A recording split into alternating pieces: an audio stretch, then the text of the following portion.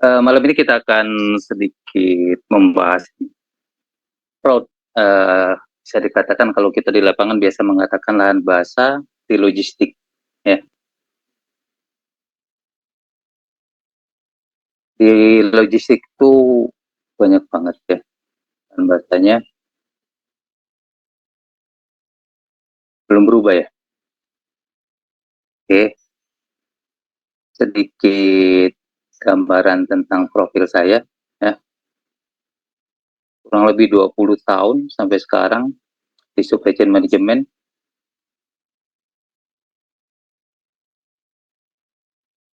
Operational management, warehouse management system, warehouse specialist, inventory management, inventory control, dan lain-lain.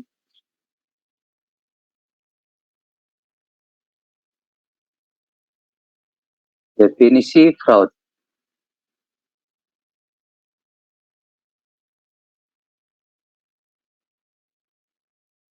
Sorry ya, ini karena di sini hujan, rada lemot ininya. Fraud adalah serangkaian ketidakberesan atau irregularities dan perbuatan melawan hukum, illegal acts, dilakukan oleh orang luar atau orang dalam perusahaan untuk mendapatkan keuntungan, baik untuk diri sendiri atau kelompok, dan merugikan orang lain atau merugikan suatu perusahaan. Nah, jadi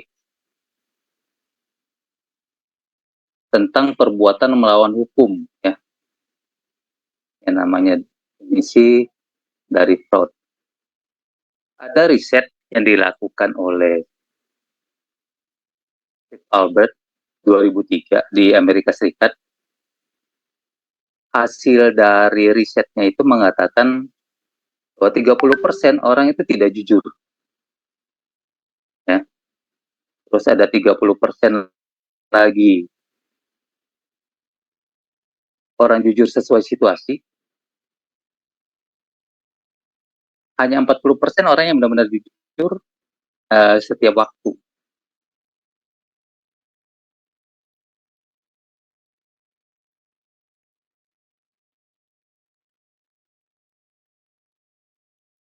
Penelitian Donald Tracy 1953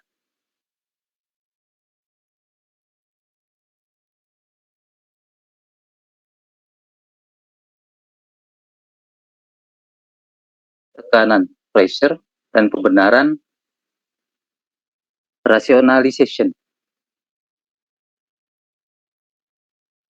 Untuk kesempatan atau opportunities ini adalah disebabkan oleh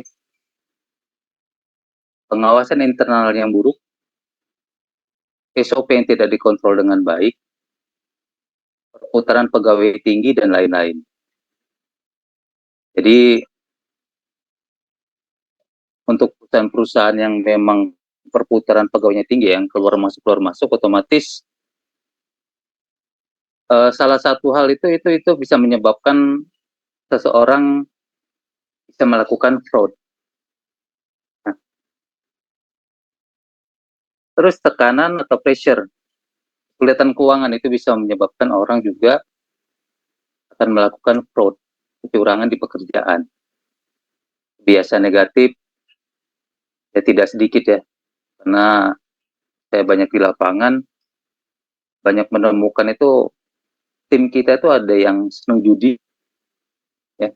Kalau narkoba jarang lah ya, judi yang terutama. Ketidakpuasan bekerja tentang pekerjaan itu juga bisa mempengaruhi.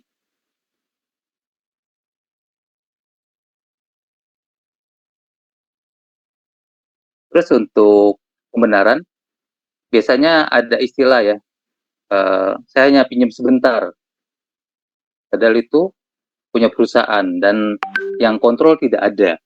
Jadi tiba-tiba barang tidak balik lagi ke tempatnya nanti. Ada juga saya layak dapat penghargaan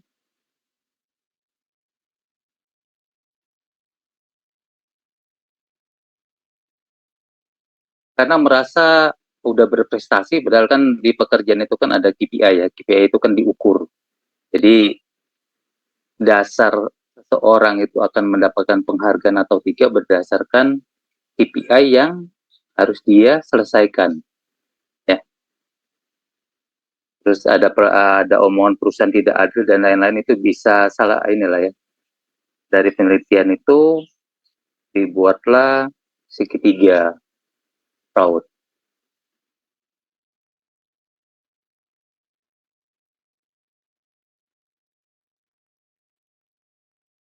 Lahan basah atau fraud di logistik.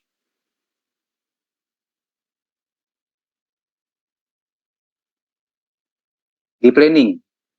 Nah, teman-teman pernah nggak ngalamin atau ada punya pengalaman nggak? Di planning aja seseorang itu udah bisa melakukan fraud atau kecurangan. Hmm.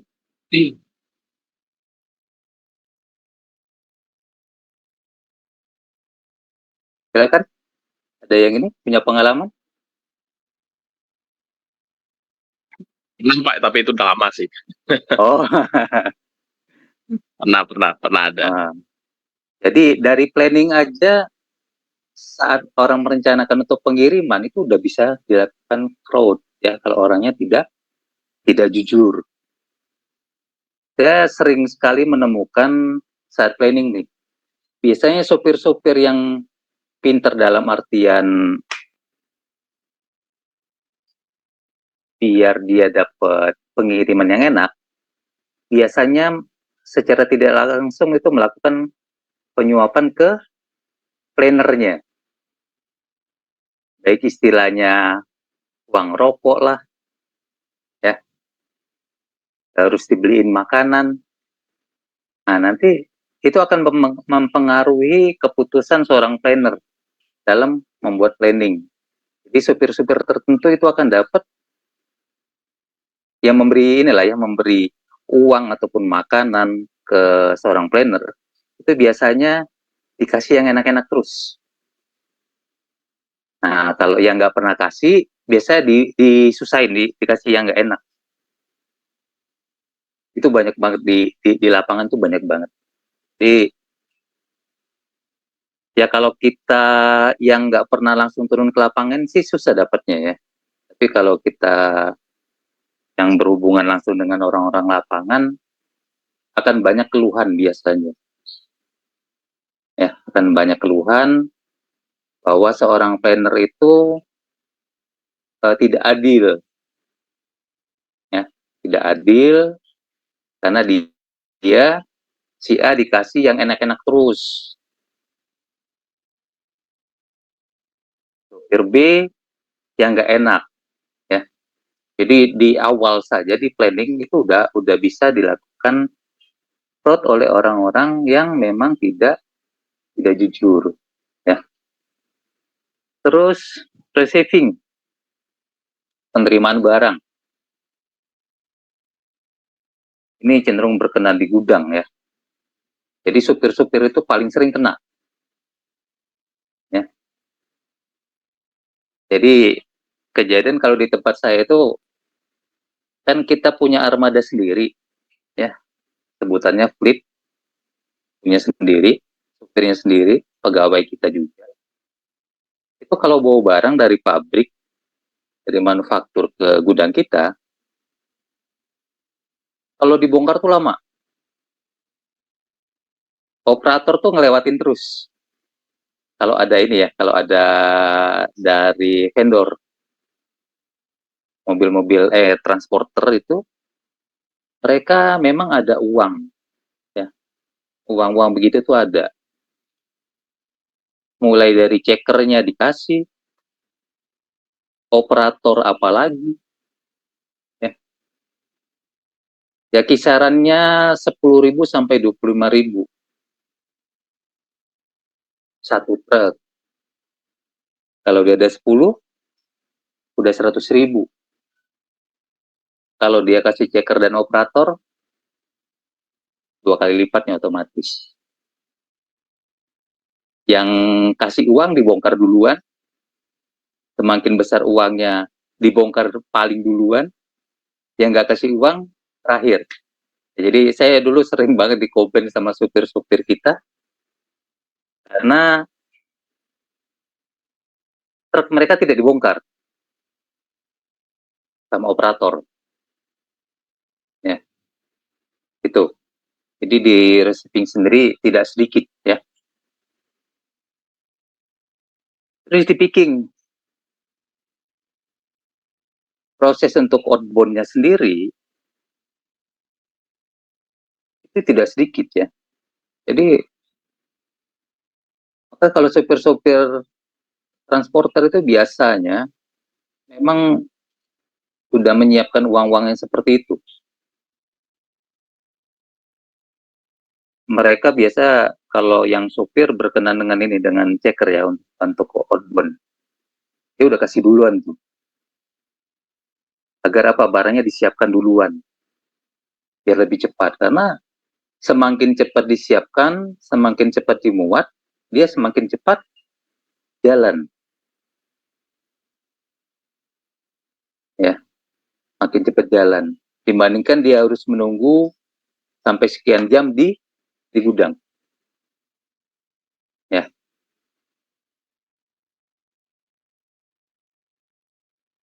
Terus di delivery-nya, saat pengiriman. Sama, banyak banget ya supir-supir yang seperti itu di pengiriman, mainin barang, ada yang nurunin barang di jalan, ya biasa kerjasama dengan inilah, dengan orang-orang luar biasanya. Jadi fraud di gudang dan pengiriman itu biasanya dimulai dari checker, koordinasi dengan driver, barang nanti dikeluarin, dimasukkan di pengiriman di truk kita, terus nanti di jalan dipindahkan. Ya. Product return tidak sedikit. Kalau bicara product return itu tidak selalu barangnya rusak, tidak selalu kadaluarsa. Ya. Jadi saya pernah menemukan waktu di perusahaan waktu itu ya, ada produk kacang hijau, balikin itu posisi barangnya itu udah disayat. Kalau saya lihat di kemasannya, itu expired date-nya masih lama. Saya tanya, kenapa ini posisinya seperti itu? Info sopirnya, orang kebetulan kalau tarik produk-produk itu kan kadang ada supir kita sendiri, ada menggunakan supir dari luar, driver luar, ya, transporter. Mereka mengatakan dari tokonya barang itu memang dibuang. Hanya lucunya hanya barang itu yang dibuang, yang dipotong. Produk lain enggak, isinya tetap utuh di kita. Ya. Belum lagi produk return itu kalau kurang-kurang dikontrol itu bisa dimainin sama sopir. Seperti info saya tadi, tidak selalu produk return itu produknya rusak. Ya. Tidak selalu produknya rusak. Tidak selalu produknya sudah expired. Ya.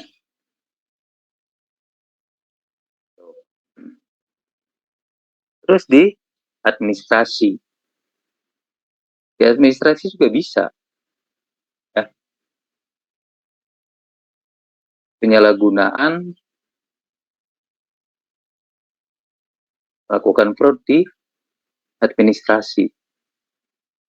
Kebetulan kalau saya dari mulai planning, receiving, picking, delivery, return, dan administration udah pernah nemuin. Ya, udah nemuin tuh model-modelnya gimana, triknya seperti apa mereka ini.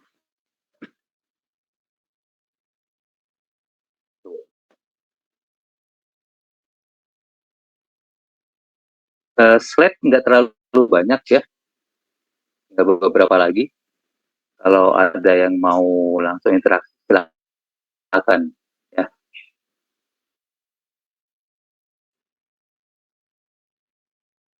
Kalau yang lain-lain cenderung teori lah ya. Kita lebih cenderung bahas di sini karena di sini yang paling banyak. Silakan teman-teman, kalau ada yang ini pernah ngalamin, mau curhat, mau sharing-sharing di planning, pernah ngalamin seperti apa? Ya, Pak Yudi. Ya, Roni. Oke, ya. Suara saya jelas, Pak. Jelas-jelas. Ya, benar sekali nih Pak yang dibahas Pak Yudi, planning terus sampai dengan administrasi itu benar sekali, dan bahkan tadi di awal kan disebutkan ada kontrol yang kurang ya Pak ya. Mm-mm. Nah, kalau di logistik itu kan lebih cenderung ke inventory ya Pak ya. Ini pengalaman saya berbagi pengalaman adalah kalau misalkan inventory itu, kalau di kita di logistik itu ada kontrolnya, yaitu DOI atau ada yang menyebut dengan DSI gitu ya. Kalau DOI kan Day of Inventory, atau kalau DSI Day Sales Inventory, tetapi sama-sama aja itu hitungannya. Nah, kalau misalkan kita tidak dikontrol dengan DOI tersebut, inventory itu yang akan menjadi kelolosan gitu. Nah, pengalaman saya dulu beberapa tahun lalu ketika saya pegang logistik gitu kan, yang berbahaya adalah berurutan. Jadi sudah menjadi komplotan dari segi procurement, lalu planning, bahkan di logistik. Jadi kalau misalkan kalau procurement kan sudah berhubungan dengan supplier langsung. Iya. Jadi yang mencari supplier, mencari vendor gitu kan. Kalau yang planningnya berurusan dengan forecasting gitu. Nah, biasanya ini yang sudah kong kali kong, misalkan supplier tersebut itu kan masing-masing supplier atau distribusi kan memiliki sales Pak ya, ya Pak Yudi, ya. Nah, sales biasanya dikejar dengan target dan segala macam. Nah, akhirnya ketika sales tersebut dikejar dengan target, dia melobi ke procurement, purchasing atau merchandise, MD lah, atau kalau di retail MD namanya kan. Boleh nggak kalau misalkan contohnya, boleh nggak nanti di bulan depan forecastnya dinaikin di angka sekian ribu karton misalkan. Nanti kalau mencapai sekian ribu karton, nanti saya akan transfer sekian juta gitu. Iya. Ya. Nah, cuman kan ketika procurement atau purchasing atau MD ditawarin seperti itu, dia mikir karena yang membuat planning adalah PPIC. Ya. Nah, yang menerima barang adalah logistik. Jadinya dia melobi ke PPIC. Bisa nggak itu dinaikkan nih forecastnya, ya kan, sekian ribu karton untuk bulan depan. Nanti dapat bagian sekian persen. Karena udah tergiur dengan uang, oke, di up tuh barang tersebut gitu kan. Nah, terus dari planningnya akan informasi ke logistik, nanti tanggal sekian ada kedatangan barang sekian ribu karton, tolong diterima gitu. Nah, jadi bekerja sama dengan administrasi di receivingnya, admin inbound-nya ya kan. Nanti tolong ini semua kebagian seperti itu. Itulah udah, kalau dibilang udah komplotan seperti itu menjadi habit. Itu yang menurut saya udah sangat-sangat berbahaya. Itu pernah saya punya pengalaman seperti itu, dan memang harus dibabat habis gitu kan. Karena itu akan menjadi terus-terusan tuh, karena ketika lolos itu akan menjadi budaya buat mereka. Nah, makanya penting sekali di inventory tersebut itu kita harus dikontrol dengan adanya inventory turnover atau DOI. Kalau kita sudah ada DOI atau DSI, saya rasa aman sih, gitu kan. Karena fungsi dari manajer kan melihat, oh ya hari ini DOI-nya berapa. Ketika DOI-nya naik kan pasti kerja tuh, berapa income yang kemarin gitu kan. Nah, kalau tidak ada kontrol, udah pasti benar yang dikatakan Pak Yudi tadi. Kontrol tidak ada, kontrol kurang jelas, akhirnya mulai dari procurement, planning, semua berkomplotan untuk mencari itu. Terus ada lagi yang kedua, masalah di logistik, misalkan di transportasi biasanya.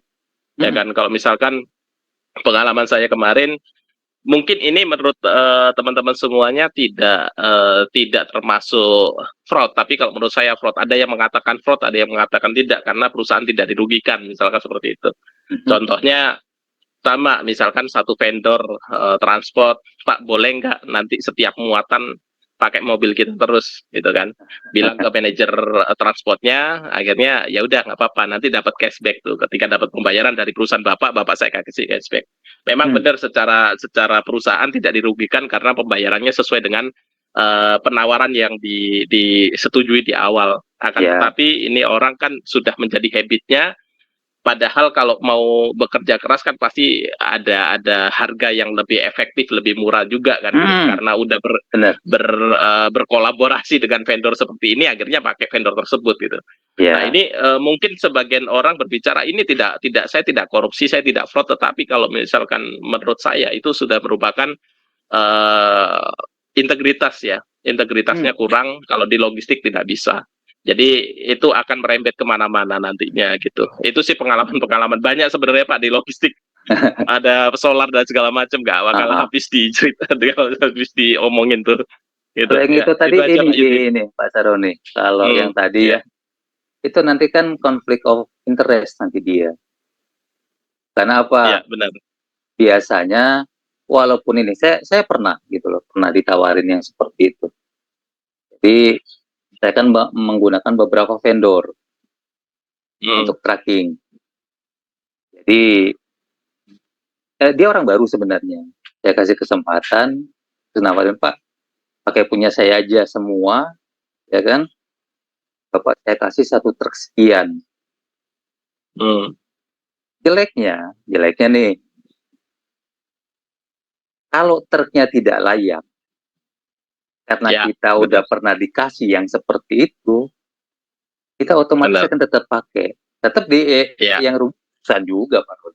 Ya kan? ya. Banyak banyak barang rusak juga nantinya. Tetap imbasnya ke perusahaan. Jadi kalau yang ngomong itu bukan merupakan fraud sih, enggak juga gitu. Ya Ya, kan? benar. Seperti tadi kan merugikan lah ya, melawan hukum atau Ya, tindakan yang akan merugikan perusahaan gitu. Dan itu ya. banyak yang seperti itu, tersandra lah jatuhnya ya. Bahasa ini ya Banyak banyak Pak. tersandra, kan udah dikasih uang, ya nggak bisa ngapa-ngapain lagi, gitu loh. Iya, Udah nggak benar. bisa berpikir jernih, karena mikirnya uang. Kalau saya udah Benar. Benar banyak sekali. baru nih, ngalamin yang begitu. Ada Banyak yang banyak sekali. seperti ini tadi, apa, barang tadi ya, yang pinjem Iya, sebentar gitu loh. benar. Itu Benar. benar-benar ada. Jadi dia ngomong pinjem nih, tapi Benar, barang itu benar. nggak balik lagi. Benar. Nanti diambil. Jadi banyak banget lah kalau ngomongin fraud, mau di logistik, Iya. di warehouse, ya, banyak banget mau di uh,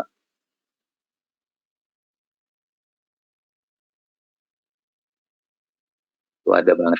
Makanya ya kebetulan sih udah ngalamin semua. Di project lebih parah lagi sebenarnya. Parah, Pak. Project lebih parah lagi. Ya dulu pernah ini. Jadi kita kan ada project di Kalimantan. Solar itu kan kita punya pangkalan BBM. Dari pangkalan BBM ke lokasi itu ada sekian belas kilometer. Kita menggunakan traktor, dibuat alat lah, ditarik pakai traktor karena jalannya kan jelek. Eh, dikirim 10 jerigen, tiba-tiba operator ngomong dia hanya terima, sorry, dia terima 10, tapi duanya bocor. Ya, bocor, saya ke lapangan, coba cek, secara logika, kalau eksavator itu kan ada kukunya gede dan lebar. Kalau kena jerigen, itu bukan hanya bolong kecil gitu, bolongnya gede. Jadi memang banyak banget triknya. Habis dari situ, saya tanya ke bagian yang kirim, infonya, Pak kita kirim di titik ini, unitnya udah ada 1 kilo, gitu loh. Ya udah, saya bentuk tim untuk ngikutin bagian pengiriman. Kirim sampai ke tempat, diikutin. Jadi kejadian itu hilang berikutnya mana? Di unitnya hilang. Jadi memang kita jagain di titik ini, di titik berikutnya mereka main lagi. Kita jagain lagi di titik lain, mereka main lagi. Ya, apalagi di proyek operator, karena kan kalau di proyek itu kan yang begitu kan mahal-mahal ya. Oli hidrolik karena di alat berat. Operator itu setiap hari minta oli. Karena kejadian. 1,5 liter setiap hari. Itu Awal-awal mahal itu dikirain Pak ya, mahal, mahal banget. oli hidrolik itu mahal. Iya, belum lagi spare part yang lain. Jadi kan kebetulan kalau kita di project begitu, kalau kita punya alat baru, beli alat baru sampai 10 unit, misal di Komatsu nih, Komatsu akan kirim 1 orang teknisi untuk incas di kita. Ya, jadi dia ngikutin kita tuh. Tuh. Jadi Military unit ya Pak? kebetulan waktu itu tuh saya di land clearing pada David. Land clearing, bos saya kan menggunakan alat berat tuh untuk buat ini bahan kelapa sawit. Ya. Jadi bos saya tuh memang beli unit baru. Ada 2, Komatsu sama Kobelco. Jadi masing-masing itu tuh punya mekanik langsung dari Kobelco dan Komatsunya yang ikut di kita. Nah, untuk yang kejadian yang tadi, saya minta mekaniknya cek ke lapangan. Itu kok bocor terus, coba cek dong. Sekali, 2 kali gitu kan. Tadi cek, nggak ada kebocoran. Dan yang bersangkutan udah nggak minta lagi. Dan akhirnya tidak ada kebocoran. Ada lagi spare part yang lain, ini apa? Filter. Ya. Ya, itu jadi mainan. Maka kalau kita waktu itu, kalau saya sih menerapkan saat minta, kalau udah dikasih, dia harus balikin Tempat bekasnya Pak.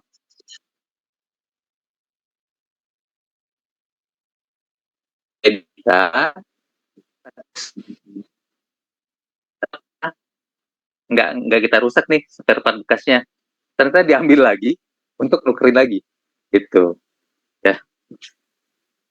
Maka saya katakan tadi itu kalau di project lebih parah lagi. Pencurian BBM waktu itu, BBM kan menggunakan solar itu waktu itu 17.000 per liter karena solar industri. Jadi sedangkan di area Kalimantan itu menggunakan namanya perahu-perahu gitu tuh ya, itu menggunakan diesel rata-rata. Jadi banyak yang bisa jadi penadah kalau di sana ya, untuk yang begitu. Itu Pak David ada pengalaman apa Pak David mengenai fraud di logistik? Enggak sih Pak, kalau nyambung dari cerita Bapak itu, karena dulu saya awal berkarir itu di mekanik alat berat juga Pak, dulu di Kalimantan itu. Ya sering nemuin sopir-sopir atau driver-driver yang bermain spare part itu, ya ada lah. Kalau saya ngakalinya dulu setiap ganti filter saya bolong itu Pak. Bener, harus digituin. Saya bolong. Harus seperti itu. Biar ini saya laporkan ke kepala mekarnya, Pak, ini harus diganti. Ini saya bolong biar tidak terjadi penyalahgunaan. Apalagi sering dulu kuku baket itu Pak. Iya.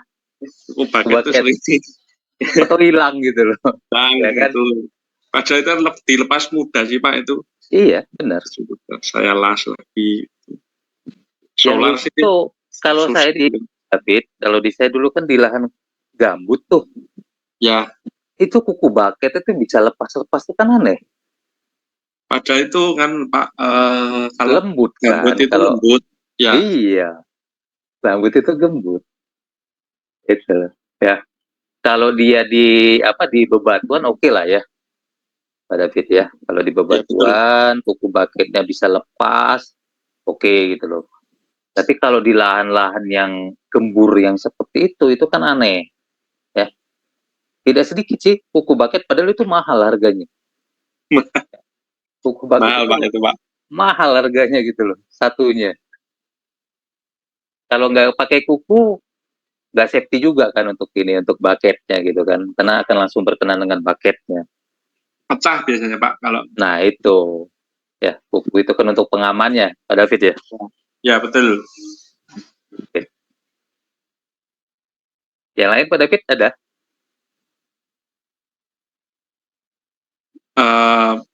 Belum ada sih Pak, cuman Belum ada. lagi Solar. dikontrak sih kalau tempat saya. Kalau solar sih Solar udah ya. bukan apa-apa lagi, Bro nih. Itu udah main. Stroke aja bisa dibeli Pak. 15.000 udah dapat stroke. Ya iya. Kalau di lapangan, kalau di proyek kan beda ya, mainnya beda. Pencuri lah ya. Di pencurian, kalau di logistik untuk di tracking banyak ya main begitu. Makanya perlu diterapkan menggunakan kilometer. Kalau di saya belum pernah tuh. Jadi kilometer berangkat berapa, kilometer pulang berapa, ya kirim kemana aja, jalurnya seperti apa, itu ada. Kan saya pernah gimana Pak Roni?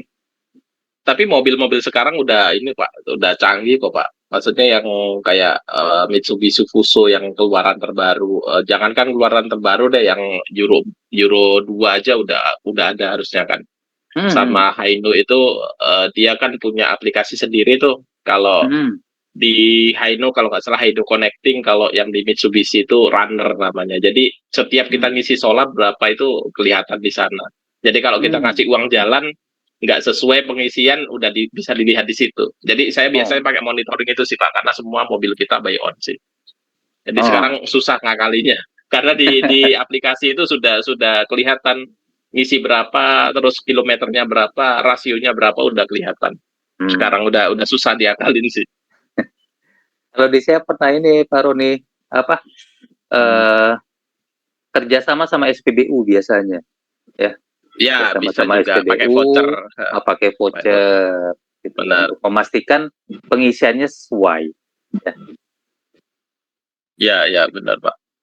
Kayak semacam Indomaret tuh ya Pak. Kalau setahu saya Indomaret itu seperti itu Pak. Indomaret ya, Indomaret biasanya yang ngisi adalah ini apa namanya, ada tim sendiri di delivery, yaitu biasanya pertanggung jawabannya ke chief delivery-nya. Indomaret seperti itu. Karena kenapa Indomaret sampai sekarang pakai buy on ya, maksudnya nggak pernah pakai transport luar, karena mereka benar-benar ada kerjasama dengan ini, dengan pom bensin gitu. Dulu saya itu yang pegang di Indomaret. Itu kalau BBM ya, bicara BBM. Saya pernah menemukan masalah mel timbangan zaman dulu. Mel timbangan. Jadi pernah di Solo ada satu waktu, itulah gunanya kita kontrol ya. Cek sewaktu-waktu, random cek lah pengiriman kemana mobil A, terus kan pasti akan ada repeat order ya, pengiriman lagi ke lokasi yang sama, kebetulan menggunakan truk yang spesifikasinya sama. Saya bingung kenapa penggunaan solarnya lebih banyak dan jarak tempuhnya lebih jauh saat itu. Saya panggil sopirnya, sopir yang pengiriman pertama sama sopir yang pengiriman yang berikutnya. Ternyata jalur sana ada satu yang melewati timbangan, itu jalurnya lebih pendek, satu lagi muter. Ya.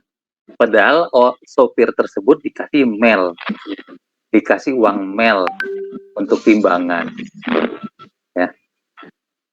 Uang mel dia sama keneknya perusahaan tekor BBM karena lebih jauh, ya kan? Otomatis waktu pengiriman jadi lebih lama. Dan gitu akhirnya apa?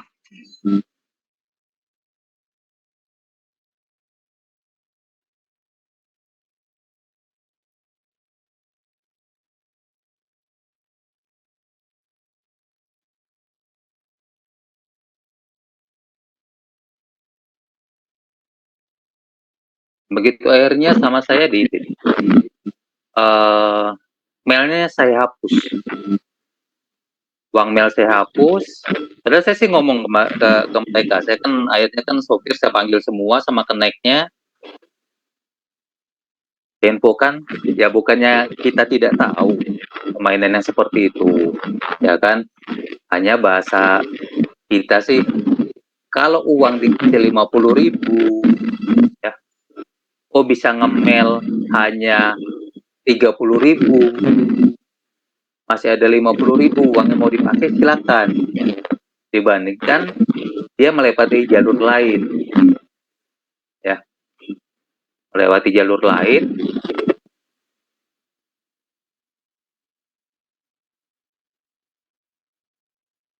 yang menyebabkan penggunaan BBM di kita lebih banyak, ya, itu.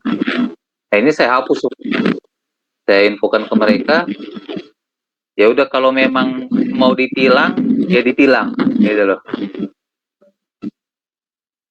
Gak ada lagi pakai mail-mailan lewat timbangan, ya. Jadi memang banyak banget, ya, banyak banget yang itu. Mbak Dani tadi resen, silakan Mbak Dani. Pak Narko, Pak Sunarko, Ya, di dulu Pak. Ya Pak Yudi, kedengeran nggak? Kedengeran, jelas. Ini Pak Ko, minta tolong dong. Kebetulan juga kan, baru kemarin, baru bulan lalu lah. Itu kita kalau di truk ya ada namanya fuel consumption ya Pak ya. Kan ada kadang per ton atau per kilometer ya. Nah, itu di daerah yang remote area lah. Jadi tempat yang ekstrim,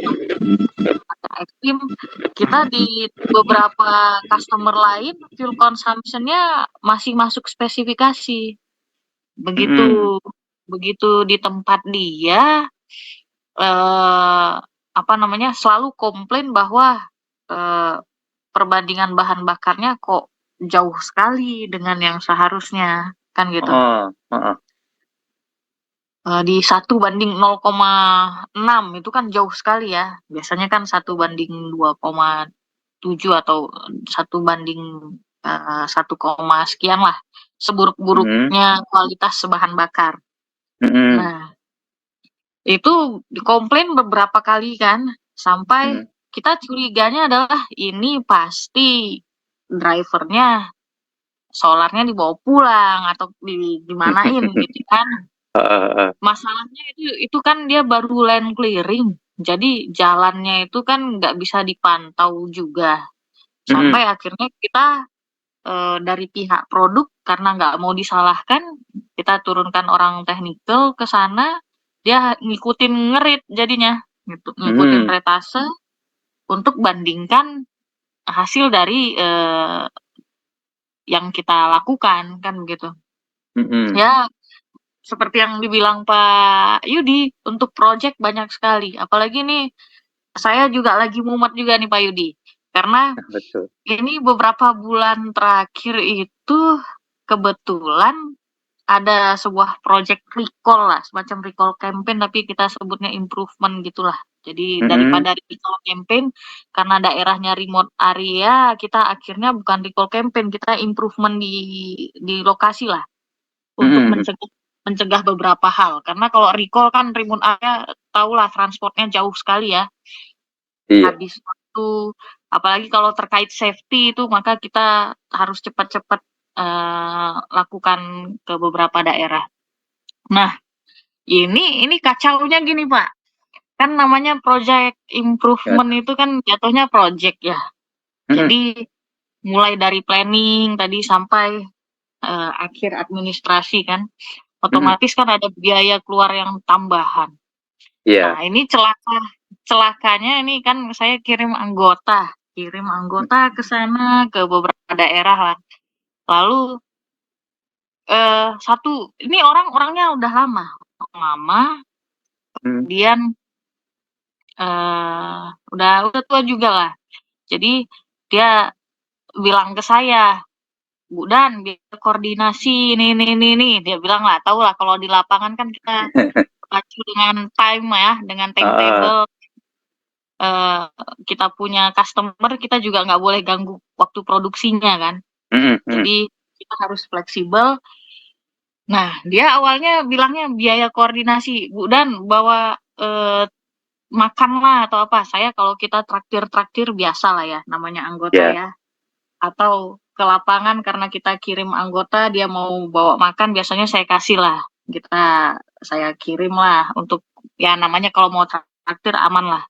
Nah, terus lama-kelamaan ada beberapa pekerjaan yang dia sampai berani ke saya, dia bilang begini, Bu Dan, per pieces bisa dapat kali kita sekian, katanya gitu kan.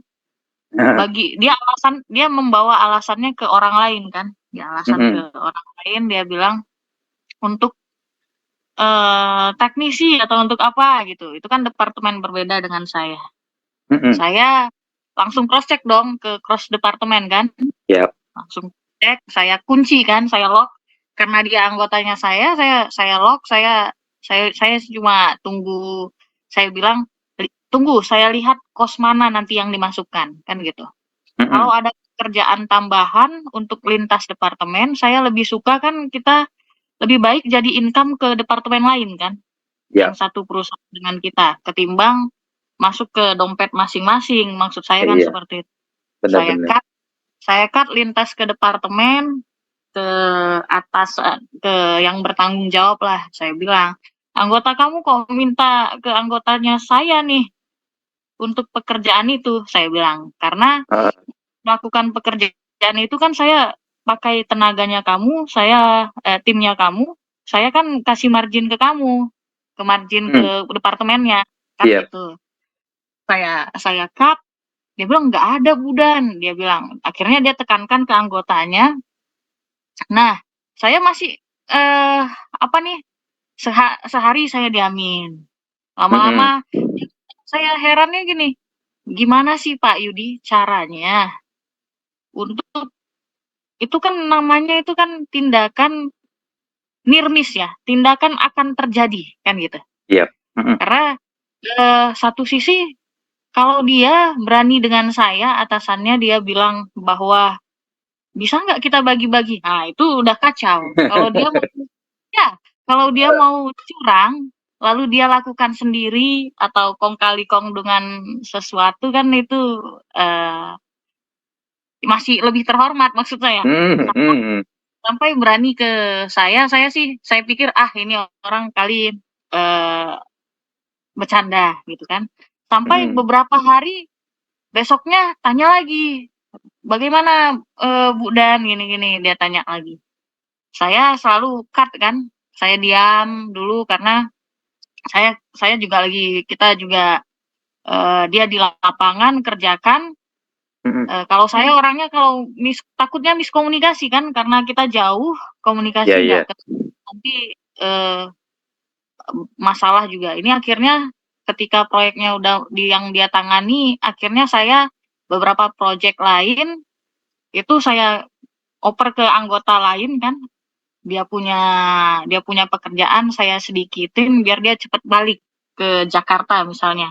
Jadi ketika balik ke Jakarta baru mau saya selesaikan, karena kalau saya kan susah, karena kalau hal-hal begitu kita susah juga kan, kalau anggota udah kita nggak percaya, karena logikanya saya gini Pak Yudi, kalau dia berani mengajak atasannya untuk melakukan itu, berarti dia sudah melakukan hal-hal lain dan sering terjadi, kan itu logika saya tuh. Ternyata Udah. ketika saya cari track record ke beberapa yang lain, ternyata sudah pernah masalah lah dengan sampai dia dikejar, itu tadi yang segitiga fraud tadi, ada tekanan tertentu ternyata yang di luar pekerjaan yang mengharuskan dia membutuhkan uang yang saya Benar, Bu. tangkap. Nah, Benar, Mbak Dani. masalahnya adalah kan kita nggak punya alasan kuat untuk memberhentikan orang, sedangkan itu kan near miss, itu hampir terjadi, bukan yang nggak terjadi, meskipun mungkin dia bohong satu sini, ternyata saya track recordnya saya tarik langsung dari beberapa yang perjalanan dia, ternyata sering penipuan juga sebelumnya. Nah, hanya saja kan yang lalu itu kan mereka nggak bisa buktikan dengan bagaimana kan. Paling yang saya mau tanya ke Pak Yudi adalah, nah kalau kita udah nggak mau tuh dengan anggota yang seperti itu, sistem pun kita udah mulai bangun untuk membuat hal tersebut tidak lagi terjadi. Itu bagaimana cara kita untuk menstop dia tanpa menyalahi aturan lainnya? Karena kan kita kan nggak bisa sembarang berhentikan orang juga ya Pak ya. Benar, Gitu. Dari Pak Yudi, gimana tuh Pak Yudi? Ini saya lagi mumet juga nih. Emang lagi jalan. Ini saya masih di luar kota di Padang. Itu nanti kita balik ke Jakarta, saya memang ada tarik dia. Apalagi kan nih bentar lagi employee gathering apa segala macam. Saya kan nggak mau panjang-panjang juga. Jadi gimana caranya kita menghentikan orang yang kita tahu itu bermasalah, tapi ketika kita bertanggung jawab ternyata itu near miss, hampir terjadi, cuma karena saya nggak oke kan atau apa, itu nggak terjadi kan. Iya. Itu sih Pak Yudi, gimana tuh caranya?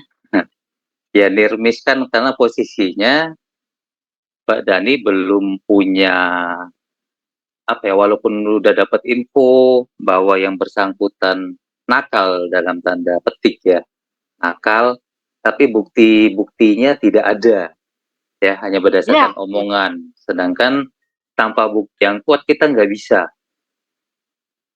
Pernah juga Mbak Dani, masalah tim saya dulu ada pernah ngomong ke saya, Pak si A itu suka ngambil barang lebih, memang sengaja dilebihkan barang dari gudang pakai truk, dia kirim.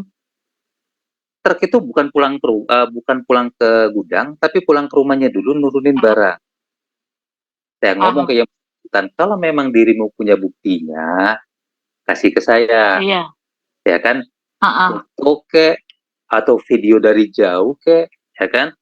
Agar bisa ditindak. Kalau enggak bisa. Berdasarkan omongan aja, nggak ada bukti fisiknya, kita nggak bisa. Ya kan? Tapi sebenarnya Mbak Dani udah sedikit sih, karena dia udah ngajak Mbak Dani kan tadi. Minimal dikasih SP dulu kan, secara prosedur kan orang itu kan kalau mau dipecat nih, yang saya tahu ada nih, harus ada peringatan lisan tertulis ke satu. Nah, Mbak Dani bisa ke HRD nih. Kalau memang dia pernah mengajak untuk melakukan itu, nanti HRD yang akan menilai masuknya di level mana dia kesalahannya. Jadi tidak selalu harus berurutan ya, peringatan lisan tertulis, terus baru SP1, naik ke SP2, SP3 baru pemecatan yang saya tahu. Mbak Dani bisa kolaborasi dengan HRD. Anak ini melakukan ini, masuknya gimana nih? Apakah langsung pemecatan? Apakah dia masuknya di SP3 atau apa gitu loh. Karena kalau nggak prosedur, repot juga. Terkadang kan kalau kita memang mau mengeluarkan uang yang lebih banyak, nggak apa-apa, dalam artian, udah deh, dirimu kan umurnya udah sekian, pensiun dini deh, dapat sekian Nah, itu bisa. Iya.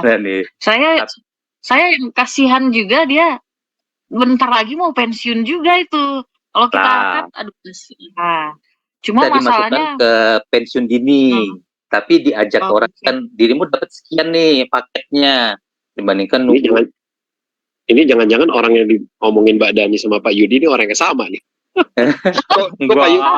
kok Pak Yudi tahu? Oh iya, kayaknya yang bro, bukan, yang begitu biasanya Deadwood bro. Yang biasanya Iya, kita betul. Deadwood. makanya mirip pengalamannya ya.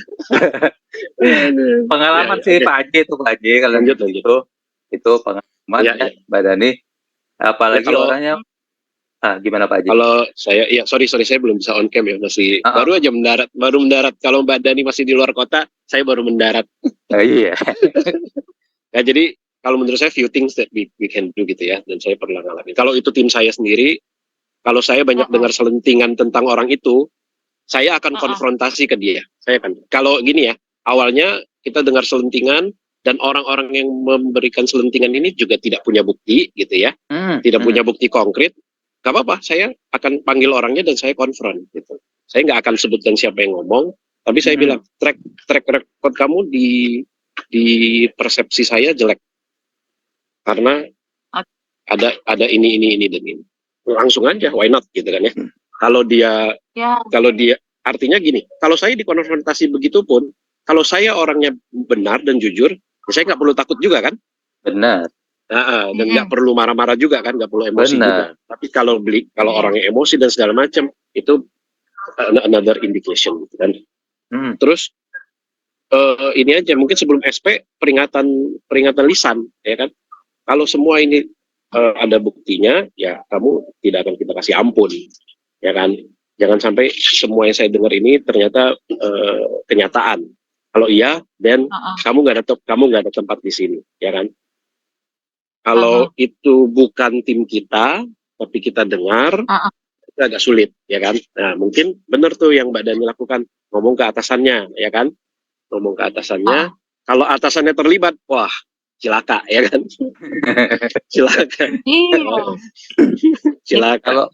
Kalau yang Mbak Dani tadi Pak Haji, orangnya yang jadi lucunya gini, ternyata itu orang udah bermasalah di beberapa departemen, kirim akhirnya sebagai anak baru saya kan dimasukin ke departemen saya.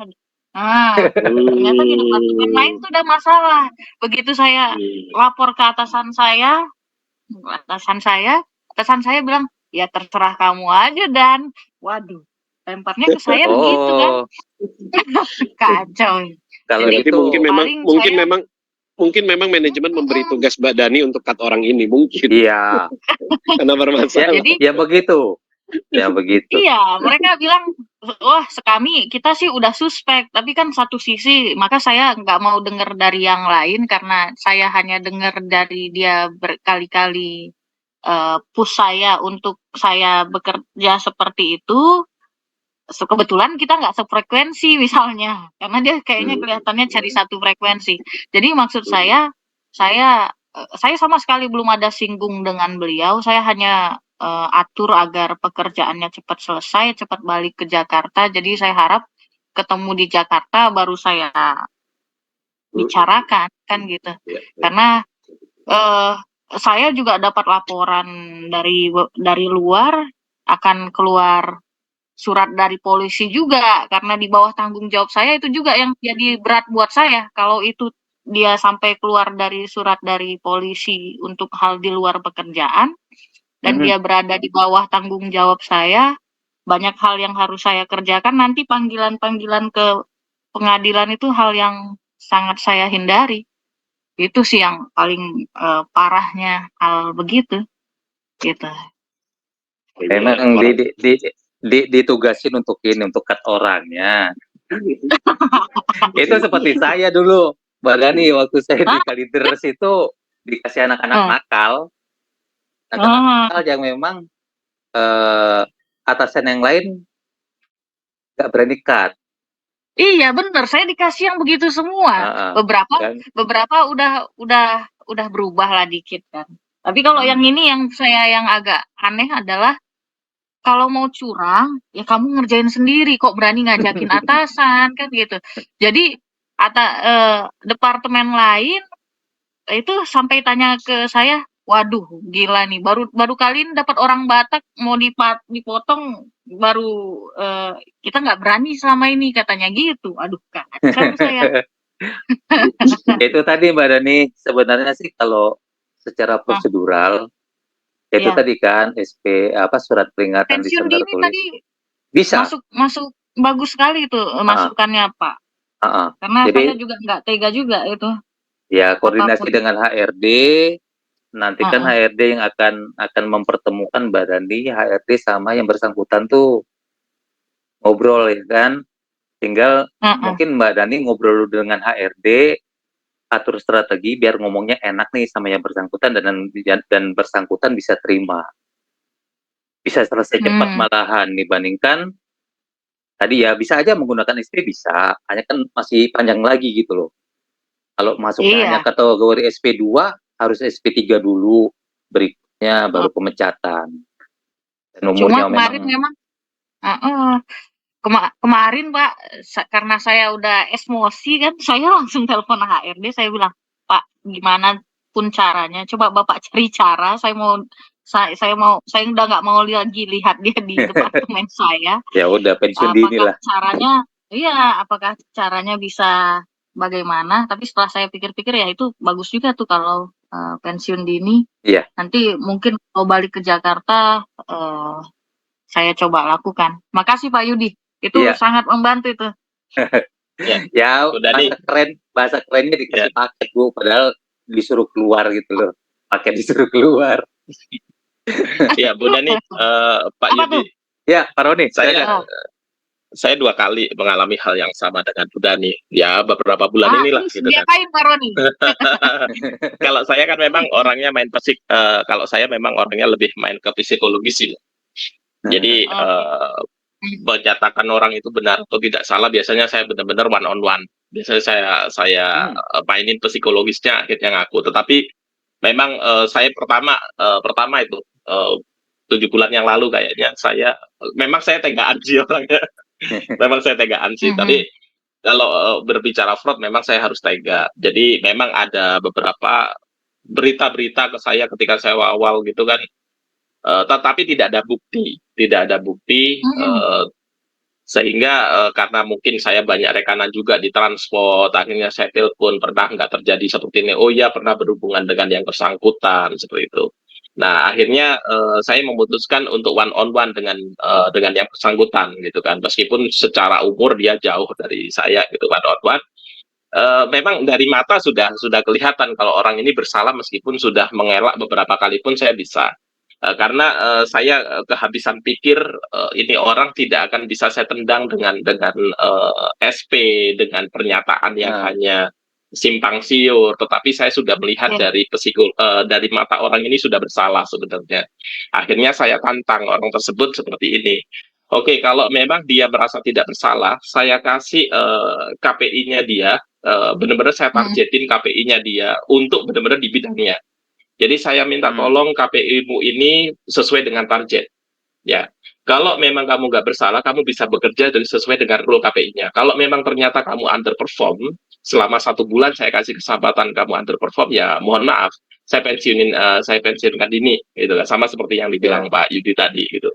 Akhirnya karena dia merasa tidak bersalah, yang tadi dibilang Pak Yudi merasa tidak bersalah, padahal saya bisa melihat orang itu bersalah, merasa tidak bersalah, mengambil keputusan tersebut. Ya udah, saya terima tantangannya untuk mengejar KPI tersebut. Nah, tetapi dengan catatan kita harus tahu kemampuan orang itu, bahwa orang itu tidak akan bisa mencapai KPI tersebut. Itu yang harus kita mainkan di awal.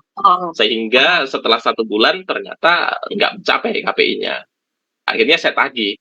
Ini KPI sudah tidak bisa mencapai dan sesuai dengan percakapan di awal bahwa kamu kalau underperform ya silakan pensiun dini. Akhirnya dia yang tadi Pak Yudi bilang, dia ketika dipensiunkan dini dia minta pesangon tuh, ya kan? Minta pesangon. Waduh, dia minta pesangon padahal juga pekerjaannya seperti ini dan dia masih kerja belum 1 tahun gitu kan. Dia sampai bawa-bawa pengacara dan segala macam. Akhirnya perusahaan memutuskan ya udah kasih aja pesangon 1 kali gaji, ya kan? Yang penting orang bermasalah seperti ini tidak ada di perusahaan ini, gitu kan? Nah akhirnya saya berpikir saya juga nggak ridho, saya nggak ikhlas kalau misalkan saya keluar uang gitu dengan orang seperti ini, gitu kan? banyak kerugian yang ditimbulkan, tetapi minta pesangon lagi kan. Akhirnya saya bermain psikologis, saya mainkan lagi. Saya langsung di WA grup, oke, mulai besok pekerjaan yang bersangkutan saya serahkan ke orang ini, yang bersangkutan mulai besok tidak diberikan tanggung jawab ini lagi, gitu kan. Jadi secara tanggung jawab orang ini sudah tidak ada di sini, tetapi boleh kalau kamu mau kerja silakan.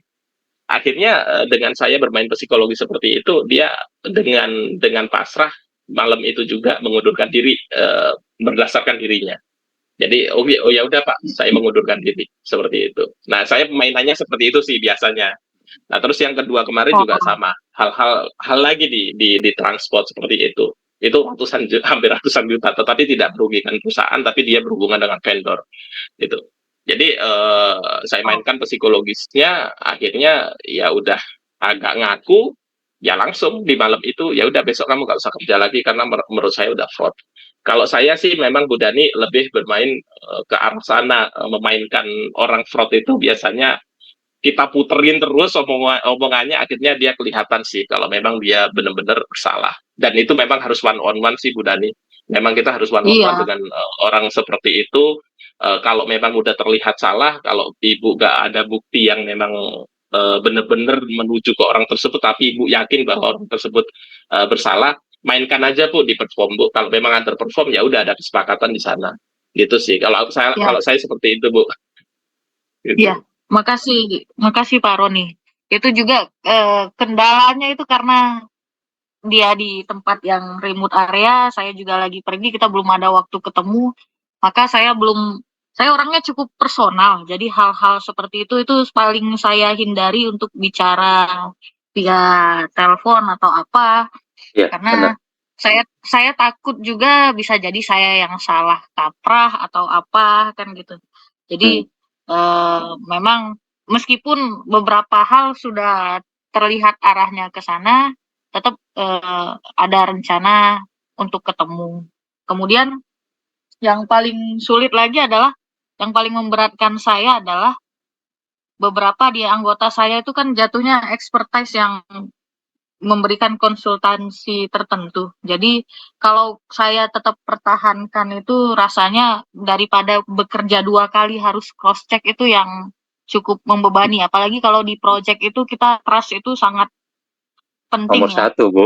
Ya, apalagi saya ini kaitannya dengan sebenarnya produk recall campaign yang kemudian saya harus lakukan development. Jadi kaitannya dengan budget yang cukup tight juga pertanggungjawabannya. Jadi ya memang makasih Pak Roni, mungkin nanti saya coba waktu ketemu kita coba intimidasi.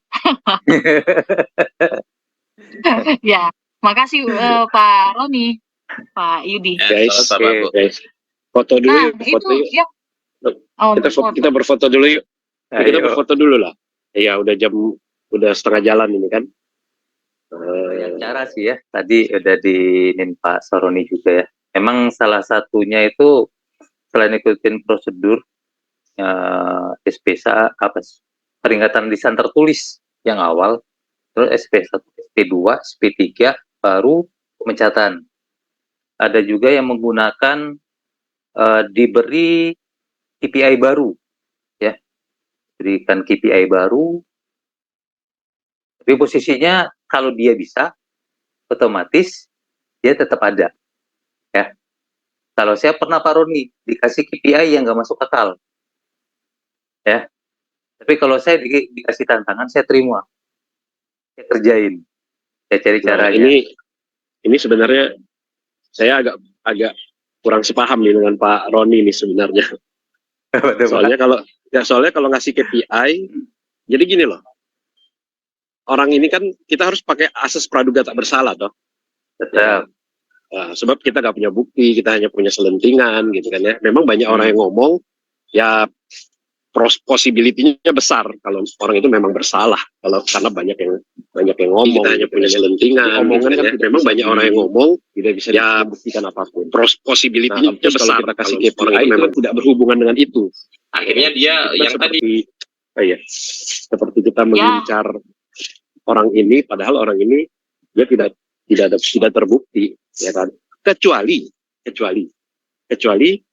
bukan hanya omongan yang kita dengar, tapi kita lihat sendiri misalnya. Kita lihat sendiri orang ini melakukan seperti itu, tapi kita tidak. Jadi kan kita punya keyakinan. Nah, itu menurut saya masih make sense. Tapi kalau enggak, harusnya, karena menurut saya tidak ada hubungan gitu ya, dengan apa ya, dengan memberikan dia beban yang kita tahu dia tidak akan bisa capai. Ya, memang tujuannya tercapai, tujuan kita tercapai bahwa orang itu akan kita bikin out gitu ya. Tapi I don't think that's fair enough gitu ya. Bagaimana kalau memang dia tidak bersalah gitu kan ya? Nah, itu ada satu beban buat saya kalau melakukan itu. Mungkin namanya ini Pak Haji, maaf diselang. Kalau saya pernah ngekat setiap di perusahaan tuh saya minimal ngekat 1 atau 2 orang. Jadi yang metode yang saya pakai itu namanya pembuktian terbalik gitu, ajas pembuktian terbalik gitu. Ketika ada informasi datang, biasanya kita akan mapping dengan yang sudah pernah diimplementasi gitu. Kalau yang dulu sih ketika di logistik itu, ketika bisa pengiriman itu round trip atau one trip itu, kita akan udah menghitung dari titik 1 ke titik 2, titik 2 ke titik 3 itu akan ketahuan berapa eskalasi waktunya, berapa pengeluaran biayanya. Ketika dikirim ternyata tidak sesuai atau ternyata ada sesuatu yang salah, nah berarti kan ada fungsi yang tidak berjalan atau fungsi yang seharusnya berjalan tetapi bermasalah. Biasanya kita menyiapkannya itu dengan sistem anti fraud sih. Jadi kita akan mapping dari sisi mana yang akan timbul permasalahan yang dibuat. Bisa jadi orangnya nggak tahu, tetapi ada yang menyimpan gitu, menitipkan sesuatu gitu, yang akhirnya ya benar tadi jadi korban si orangnya gitu. Harusnya pembuktian terbalik saya setuju. Seperti itu sih yang diimplementasi. Soalnya pernah ada kejadian yang dia bisa jago bikin sistem, bikin apa, tetapi ternyata dia dua kaki dengan cara mengimplementasikan di tempat yang lain lagi, atau ternyata dia delaynya karena dual job yang memang bukan di ranahnya gitu sih. Itu sih biasanya saya implementasinya dengan pembuktian terbalik dengan yang udah pernah diimplementasi, baru bisa membuat sesuatu discussion maker apakah oke atau tidak. Itu sih hanya masukan ya Pak ya. Iya kan, pembuktian terbalik saya setuju, tapi membebankan dengan KPI yang tidak masuk akal saya nggak setuju. Itu sih, itu debatable lah ya. So dan itu itu bukan yang dibahas malam ini lagi pula. Ya udah.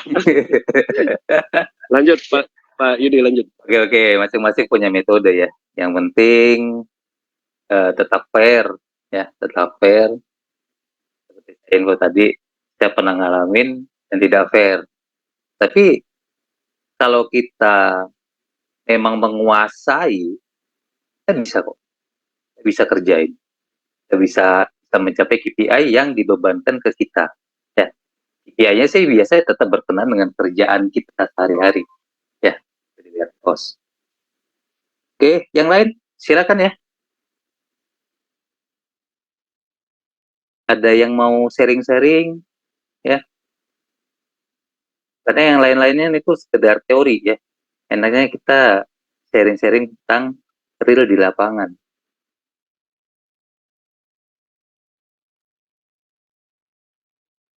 Ada yang mau sharing?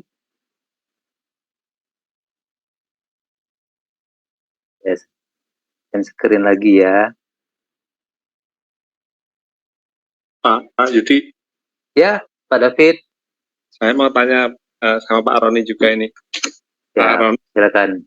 Kalau misalkan tadi kan sempat menyebutkan yang komplotan itu loh Pak, yang grup, ada yang dari purchasing sampai ke bagian warehouse itu, kalau sudah bergerombol itu penanganannya gimana ya Pak?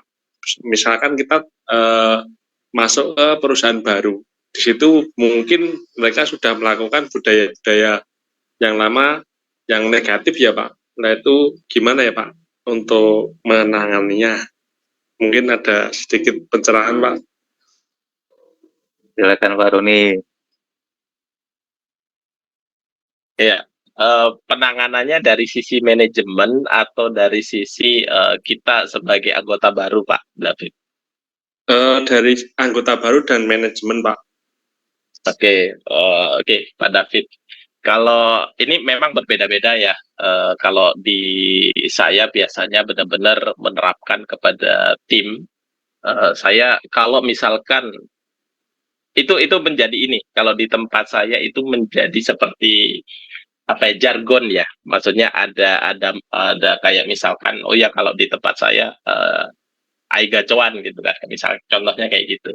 Itu kan masing-masing ada artinya gitu kan, masing-masing huruf. Nah di sana memang disebutkan kita bahwa kalau misalkan melihat satu departemen atau satu teman kita di dalam yang melakukan fraud misalkan seperti itu, ya wajib melaporkan, ya kan, wajib melaporkan. Itu yang pertama dari sisi orang baru misalkan, atau dari sisi kita meskipun bukan orang baru tetapi join di situ udah lama dan melihat di sana ada kejanggalan, wajib melaporkan seperti itu yang benar-benar kita terapkan.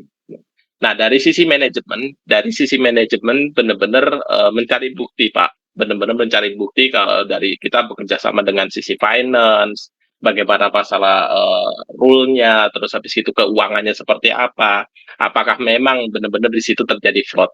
Kalau memang benar-benar terbukti, ya kita langsung benar-benar melihat. Contohnya yang tadi, kalau di inventory kita harus menerapkan yang namanya DOI atau inventory turnover tersebut, sehingga kelihatan di mana dari sisi barang yang over tersebut itu dikarenakan kesengajaan oleh tim ataukah memang salah hitungan. Harusnya kalau kita sudah ada sistem tidak bisa salah hitung, berarti memang ada kesengajaan di sana.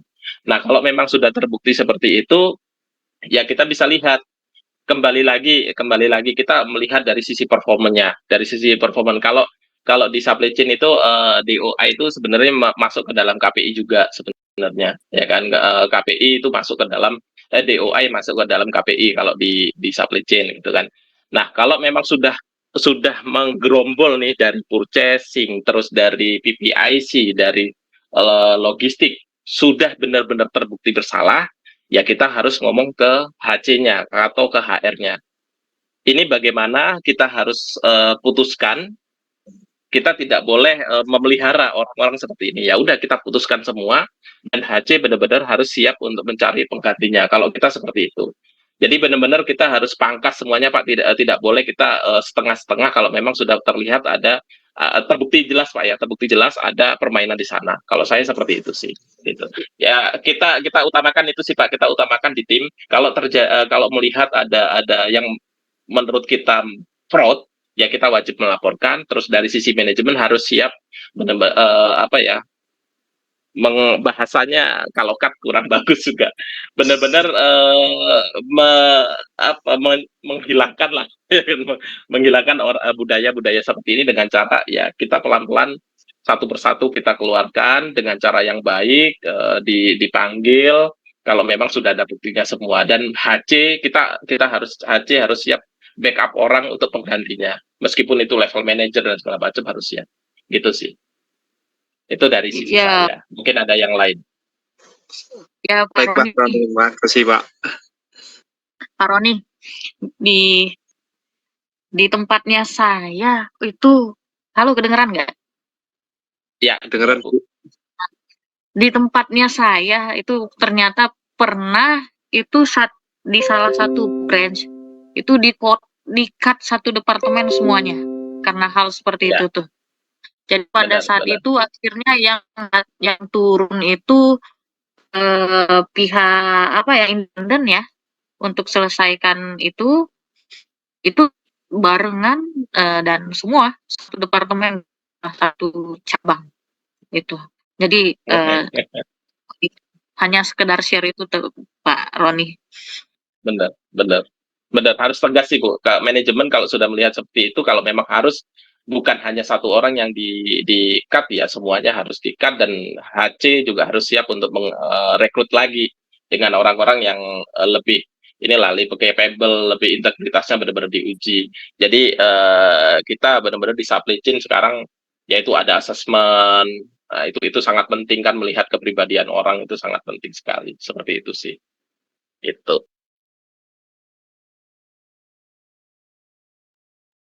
Dari Pak Yudi mungkin. Oke. Kalau saya udah pernah 2 kali Jadi GM saya itu satu gudang tuh diberesin semua. Kayak admin, helper, checker, driver habis kena fraud. Nah, jadi benar-benar dihabisin itu. Bukan hanya satu dua orang. Ya indikasinya memang udah kelompok. Ya, udah kelompok. Salah satu halnya ini, apa? Biasanya gudang-gudang di daerah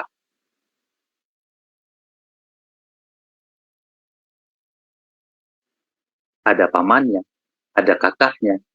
Nah, itu kemungkinan fraud-nya tinggi banget. Kenapa Pak David? Nggak apa-apa.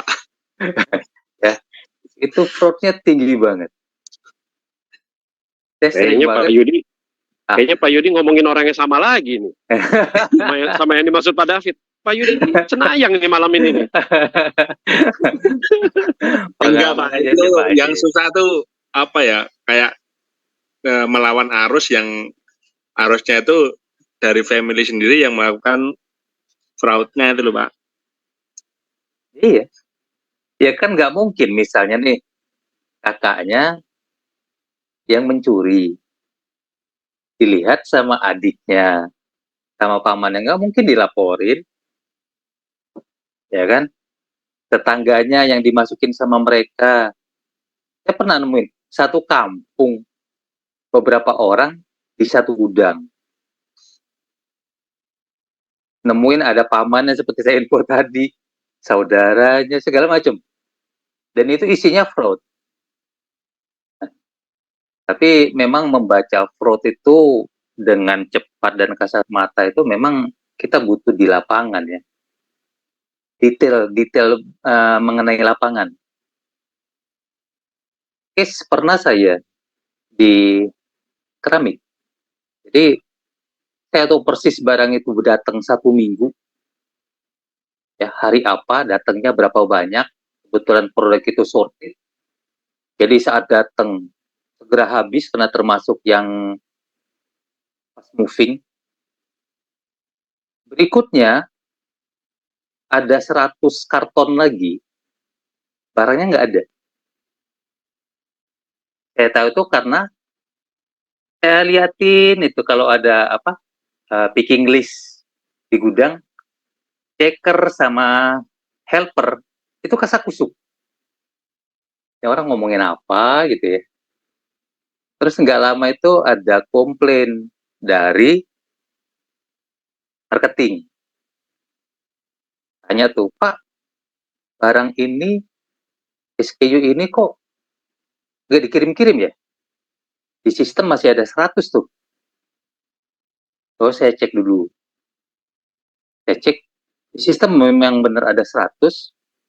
Akhirnya saya minta tim cek semua. Ya, saat barang itu datang, sudah jalannya. Terus keluarnya kemana aja, kan ada catatannya.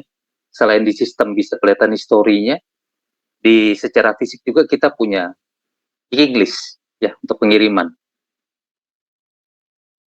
Bener barang itu harusnya tetap ada 100 di gudang. Ya mah simple. Saya kumpulin semua orang gudang, termasuk driver. Karena memang udah ketahuan itu barang harusnya ada dan tidak ada. Saya tinggal ngomong, saya sih ngomongnya begini. Ini mau saya angkat ke branch manager atau mau gimana? Nah, di situ tuh orangnya udah tua, ya udah tua banget. Dia checker senior di situ, orang asli sana juga. Langsung nyeletuk, Pak, kita ganti aja. Kita ganti aja loh bahasanya. Orang udah ketahuan memang mereka ngambil barang, tapi saya nggak punya buktinya, kan gitu. Ya, saya nggak lihat langsung. Diganti tuh, satu gudang. Termasuk saya juga ujung-ujungnya, karena apa? Ya saya kan leadernya. Mereka yang main, saya tetap ikut. Harus ganti juga. Gitu. Ya. Jadi, banyak case-case yang seperti itu. Makanya saya bilang, kalau isinya saudara, kakak adik. Kurang bagus deh kalau untuk di warehouse. Kurang bagus untuk driver dan connect-nya. Kalau mereka di bagian transport, ya riskan. Ya, kalau nggak ada kita lanjut ya. Strategi anti fraud.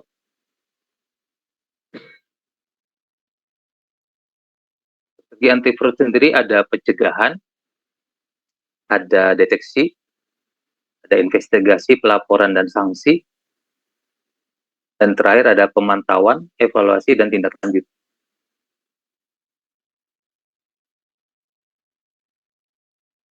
Untuk pencegahan dibuat anti fraud awareness ya, dengan training segala macam.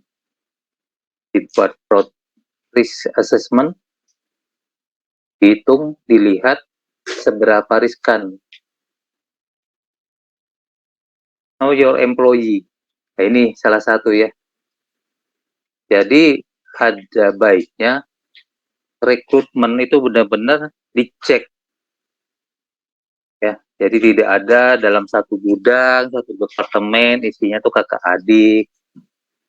Ada saudara lah intinya ya. Itu riskan untuk terjadi hal-hal yang seperti ini. Untuk deteksi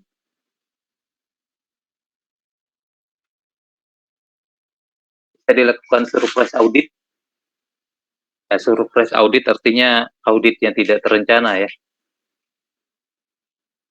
Bisa tiba-tiba. Jadi orang itu tidak punya persiapan. Jadi maka saya infokan rada aneh sebenarnya seperti Gemba ya. Ya ada di satu perusahaan Gemba itu rutin dilakukan setiap hari Senin dan setiap pagi. Nggak bisa mendapatkan detail asli lapangan kalau seperti itu. Harusnya Gemba itu tidak terjadwal, tidak ada jadwal yang pasti. Jadi orang tidak ada persiapan.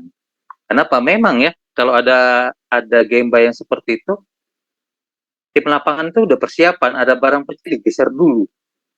Udah tahu kok nanti yang Gemba itu akan kemana, ke titik mana-mana aja. Ya, tuh. Surveillance system, whistle blowing system. Terus untuk investigasi pelaporan dan sanksi, ada investigasi dugaan fraud, ya. Jadi kalau ada dugaan-dugaan fraud, butuh dilakukan investigasi, tapi nggak perlu terbuka. Karena jujur aja, pernah ada kejadian yang saya alamin dulu, ada fraud, tapi investigasinya tuh terbuka, ya. Ngomong-ngomong, ribut. Padahal yang melakukan fraud masih ada di situ orangnya. Karena saat itu melibatkan orang gudang dan security.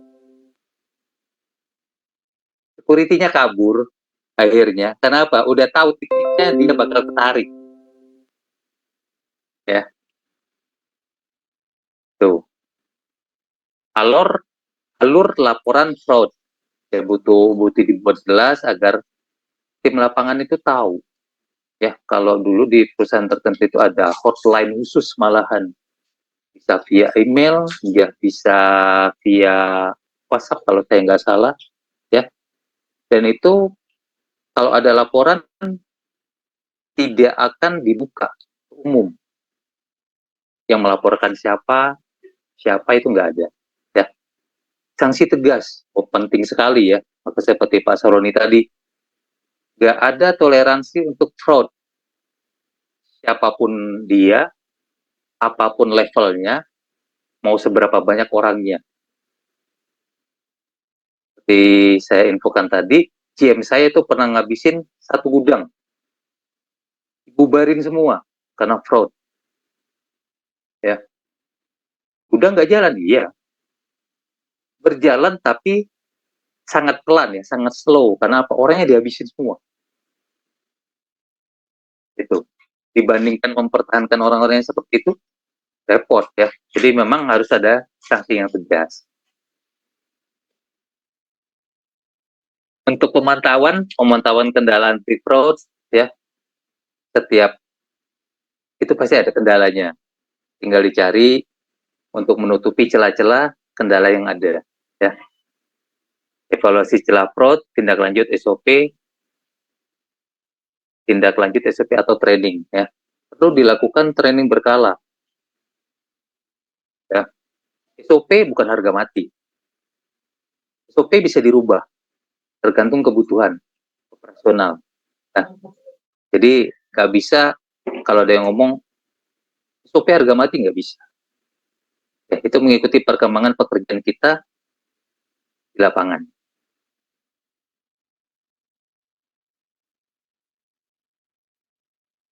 Ini sebenarnya udah masuk kesimpulan ya, faktor-faktor pemicu fraud.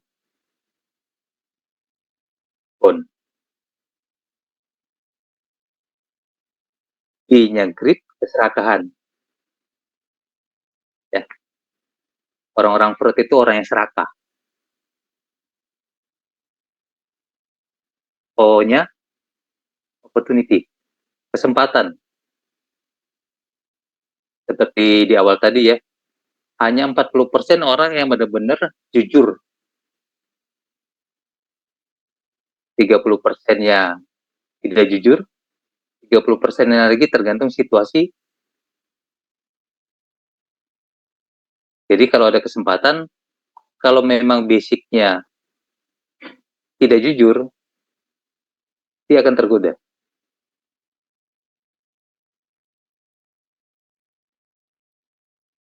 Terus N-nya need, ya kebutuhan. Ini tadi ya. Ada orang yang punya hutang, ujung-ujungnya apa? Bisa melakukan fraud juga. Di luar pekerjaan ya. Itu bisa. Tuh. Terus satu lagi, exposure, pengungkapan. Jadi, pengungkapan di sini, orang-orang yang udah melakukan dan tertangkap melakukan fraud, kalau tidak ditindak tegas, ya, karena rasa kasihan dan lain-lain, pada titik tertentu orang itu akan melakukan kembali, bahkan akan menjadi contoh yang tidak baik untuk tim secara keseluruhan. Nggak diapa-apain, hanya dikasih surat peringatan, ya, akhirnya ikut main semua nanti. Tuh.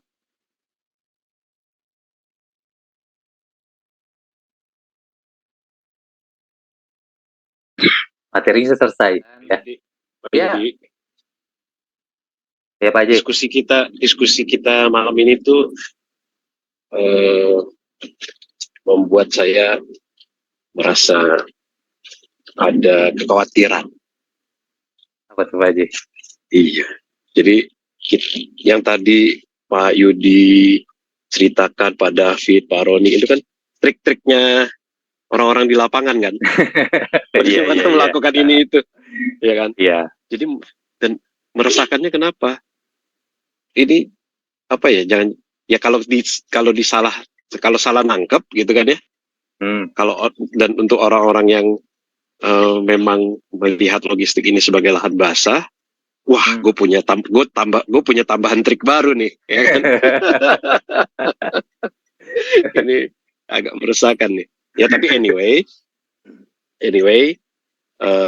dan itu fakta-fakta yang ada, gitu kan ya. Itu fakta-fakta yang ada, dan kalau saya lihat dengan sistem, dengan SOP, dengan KPI apapun, ya, kalau memang ada niat untuk melakukan itu, sepertinya ya seperti tadi Pak Yudi bilang lah, udah di gap sebelah sini, ditutup sini, buka sana, tutup sana, buka sini, gitu kan. Iya.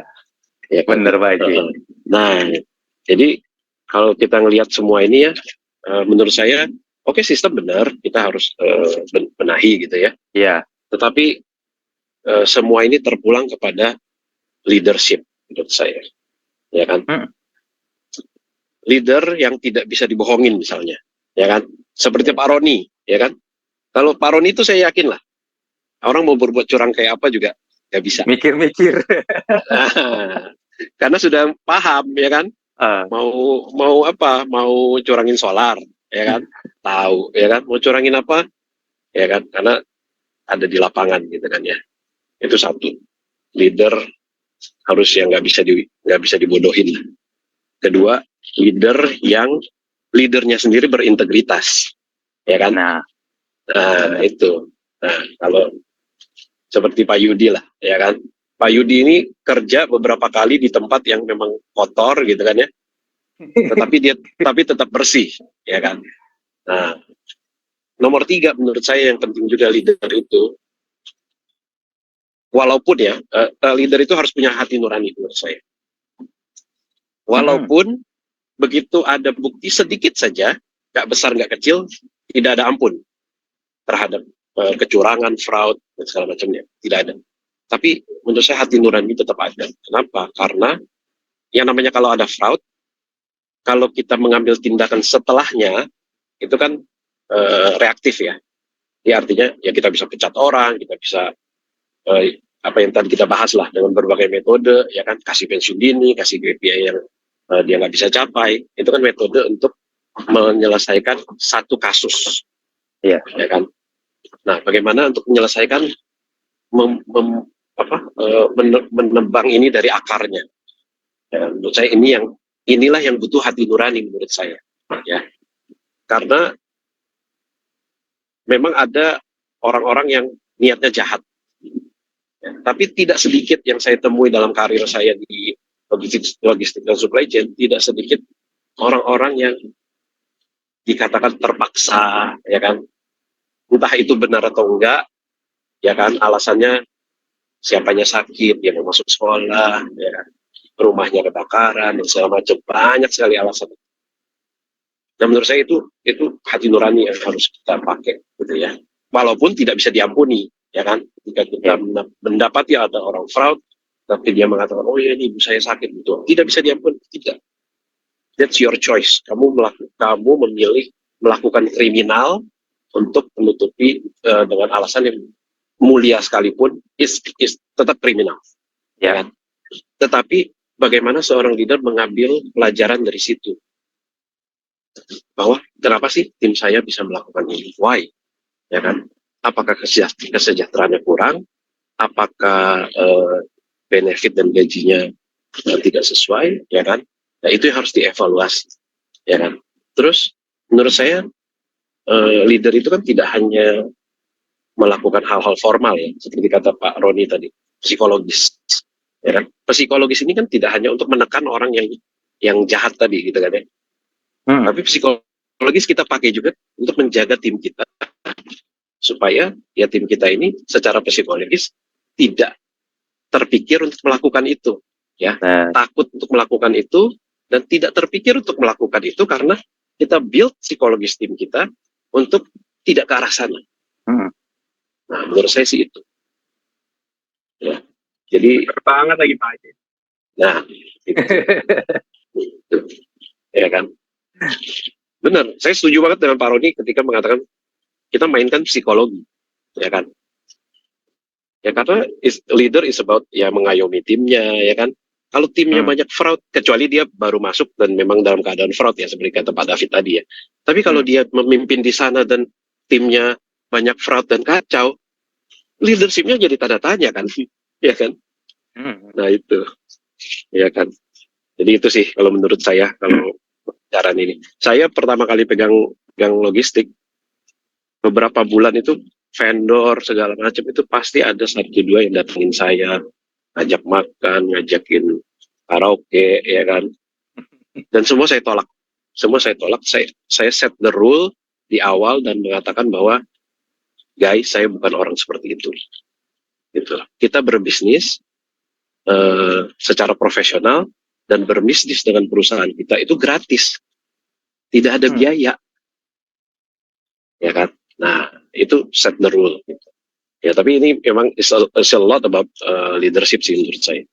ya, karena walaupun sistemnya udah bagus, sistem selalu bisa diakalin kok. Iya, Ya kan? benar. Nah, iya, sistem selalu bisa diakalin. Nah, sistem jelek, leadership bagus, sosok, ya kan? Sistem bagus, leadership jelek, ya udah, tetap Hancur. gitu sih. Kalau menurut saya ini, ya kita semua di logistik itu pasti ada lah, ya kan? Pasti ada godaan seperti ini, godaan seperti itu, pasti ada. Tapi ya yang agak susah adalah ketika kita bukan leadernya, ya kan, dan kita masuk ke dalam situasi seperti itu benar-benar mengandalkan integritas semata-mata, gitu. Dan hanya mengandalkan integritas di tengah tim atau suasana yang tidak baik itu suatu tekanan mental juga, gitu kan ya. Ya kan. Nah, mungkin Pak Yudi lebih banyak cerita tuh soal itu, ya kan. Ketika masuk di perusahaan yang seperti ini, mau lurus tapi susah, gitu kan ya. Nah, itu. Ya kan, seperti seorang yang tidak korupsi tapi masuk ke dalam lingkungan korupsi, gitu, ya kan. Gitu, Pak. Emang leader. Oke, kalau gitu ya. Kalau udah nggak ada, kita close ya. Terima kasih sekali lagi ke teman-teman yang sampai jam detik ini ya masih berkenan ikut ya. Semoga bisa menambah wawasan kita, terutama teman-teman yang leader ya. Bagaimana trik-trik di lapangan yang akan digunakan orang-orang yang tidak jujur, mengantisipasinya seperti apa. Jadi bisa tahu lah ya, membacanya, mengenali gejala-gejala fraud itu seperti apa. Oke ya, terima kasih sekali lagi ya teman-teman. Thank you Kita Pak close. Yudi. Oke ya, terima kasih. Terima kasih. Terima kasih.